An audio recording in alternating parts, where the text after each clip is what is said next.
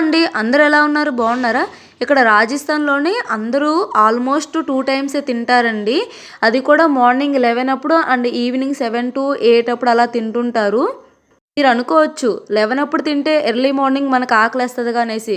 So, ఖచ్చితంగా ఇక్కడ వాళ్ళైతే ఉన్నవాళ్ళైనా, లేని వాళ్ళైనా సరే పాలనేవి ఖచ్చితంగా తాగుతారండి అందరూ కూడా. సో, ఆ తర్వాత వీళ్ళు డైరెక్ట్‌గా 11 అప్పుడు అలా తింటారు. అండ్ మళ్ళీ నైట్ గూడా చాలా ఎర్లీగానే డిన్నర్ అనేది కంప్లీట్ చేస్తారు ఇక్కడ వాళ్ళు. సో, అందుకనేనండి ఇక్కడ వాళ్ళందరూ కూడా చాలా హెల్తీగా ఉంటారు. చాలా ఫిట్‌గా కూడా ఉంటారు. మీరు చూస్తున్నారు కదా!